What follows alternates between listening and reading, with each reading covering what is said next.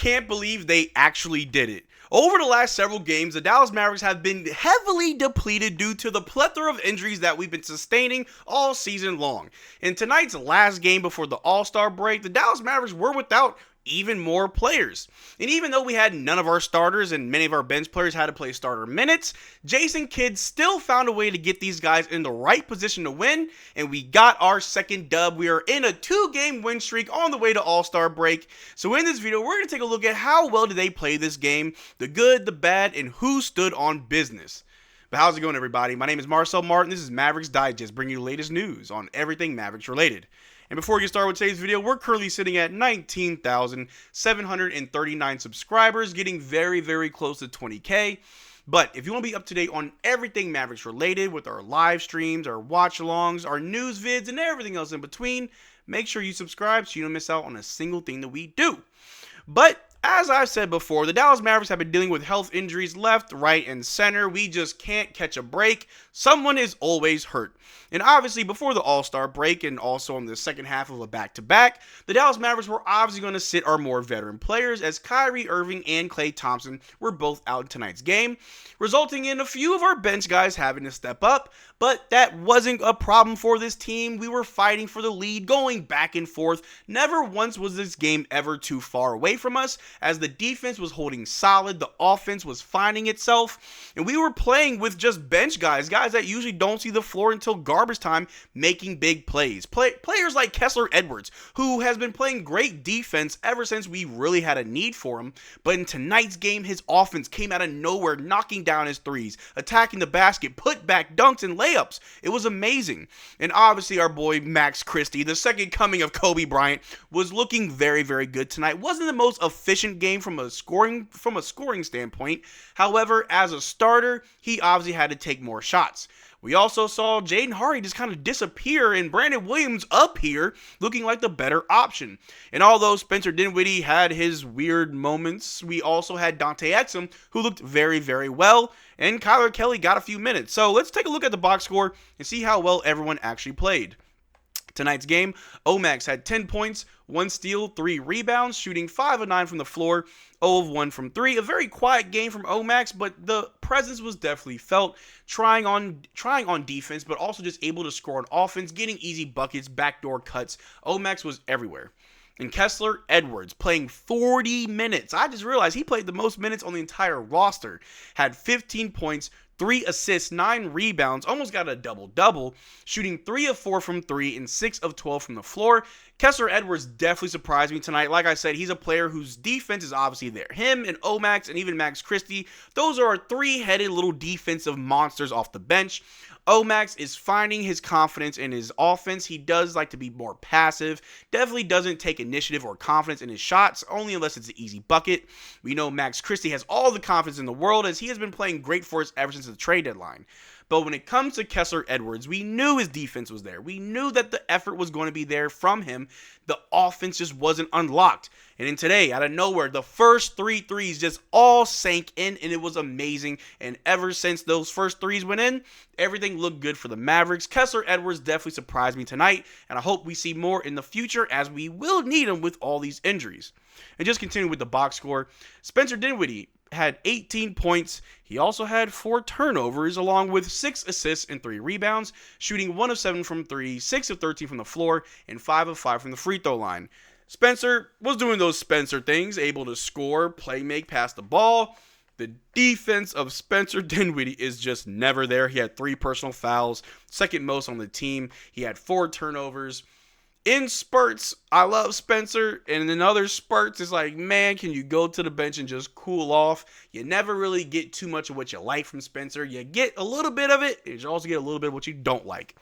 But Dante Exum looked absolutely amazing tonight. And one thing that I feel like I haven't said enough is ever since he came back from his injury, Dante Exum has been amazing for us. The defense, able to create his own shot, able to create for others. And the aggressiveness from Dante to attack the basket has been something I have not seen. And I feel like I speak for a lot of Mavericks fans when I say that me as well as others have this image of Dante from the playoffs where he disappeared. He was nowhere. Nothing that we asked of him he was able to do. And obviously missing all this time due to injury, seeing him come back as almost like a completely different player has been amazing. And tonight he was all on display. we take a look at his stats, Dante had 27 points, 1 block, 2 steals, 4 assists, 3 rebounds, while shooting 3 of 3 from the free throw line, 2 of 2 from 3, and 11 of 13 from the floor. He only missed 2 shots. Dante was on his inferno tonight.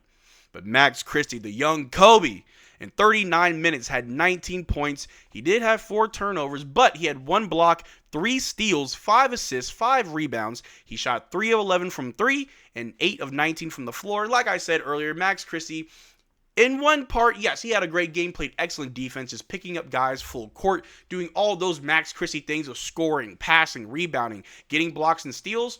And obviously, as a starter, he's going to get more of an opportunity to make shots and take shots. So 3-11 from 3 is not efficient whatsoever. 8 of 19, that's below 50%, but it's not too bad. But obviously, the ceiling is very high for a player like Max Christie. And off the bench, we had Najee Marshall with 12 points, 1 steal, 4 assists, 9 rebounds, shooting 2 of 2 from the free throw line, 2 of 3 from 3, and 4 of 7 from the floor. Kyler Kelly had 4 points, 2 rebounds. He only played 3 minutes, but he was able to do something in those 3 minutes. Brandon Williams, again, he looked very, very good tonight. 25 minutes, he had 11 points, 3 assists, 1 rebound, shooting 1 of 2 from the free throw line, 2 of 4 from 3, and 4 of 7 from the field. But then Jaden Hardy, the opposite of Brandon Williams, in 19 minutes had 2 points. He did have 3 assists and 5 rebounds, but he was 2 of 4 from the free throw line, 0 of 4 from 3, and 0 of 8 from the field. I don't know what's going on with Jaden Hardy, as earlier in this year, on this calendar year, Jaden Hardy was one of the league's best three-point shooters, was absolutely fire. Looked amazing. It looked like he was taking all the right steps in his progression. But tonight, in the previous games as well, it looks like Jaden Hardy's taking a few steps back. He's in his 3rd year of his career, and he looked like the worst player on our roster, where guys that have only been playing the G League or garbage time stepped up much, much bigger than Jaden Hardy. Hopefully he can bounce back, but tonight's game was just not for him. And hopefully he does have some that are for him. But if we got to talk about who stood on business, I think you could give it to Dante. You could give it to Max Christie, obviously. Me, I'm going to give it to Kessler Edwards, and you could argue with who really stood on business, but in my opinion, Kessler Edwards, who's been playing just great defense, phenomenal defense, being a two-way guy, unlocking his offense mid-game definitely was something that we needed. He didn't score the most points, but without that offensive production, we don't win this game. From what I've seen from Kessler Edwards is more confidence, more aggressiveness, more assertiveness, as well as being more vocal on the defensive end is exactly what this Mavericks team is going to need. But if we take a look at a few more things here, Abby Jones had tweeted out saying Kessler Edwards jokes in his post-game presser, saying they had me listed as a center on the box score. I couldn't believe it. Outstanding performance from Edwards tonight, 15 points. Yeah, everybody's going to play center. Just like Jason Kidd said, everybody's playing center tonight. Kessler Edwards did a great job, especially against Kel L. Ware, I think that's how you say his name, Ware on the Miami Heat, who is a big, and they didn't have Bam, but they had Ware, and we had none of our bigs, where you had Kessler Edwards as well as Omax and Max Christie, and even at times Brandon Williams having to defend him.